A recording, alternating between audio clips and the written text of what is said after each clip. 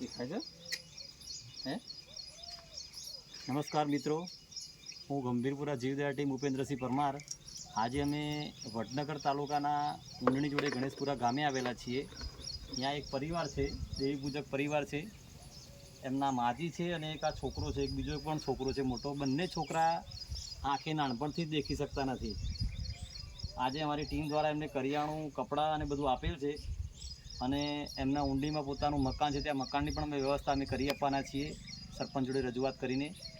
પણ મિત્રો, હું આપને વિનંતી કરું છું કે આ પરિવારને બને એટલી મદદ તમે જે પણ મિત્રો આ વિડીયો જોતા હોય એ મિત્રો આ ગણેશપુરા ગામમાં આવીને આ પરિવારને જે પણ મદદ થાય એ કરવા આપની વિનંતી છે। કેમ કે આ છોકરા, બંને છોકરા, એક મોટો છોકરો પણ છે આમનાથી 17-18 વર્ષનો, એ છોકરો પણ આંખે દેખી શકતો નથી, એ અત્યારે બહાર છે। અને એક આ છોકરો છે અને કે માજી છે, બજારમાં ભીખ માગીને ક્યાંય પણ લાવી અને છોકરાઓનું ગુજરાન અને પરિવાર ચલાવે છે।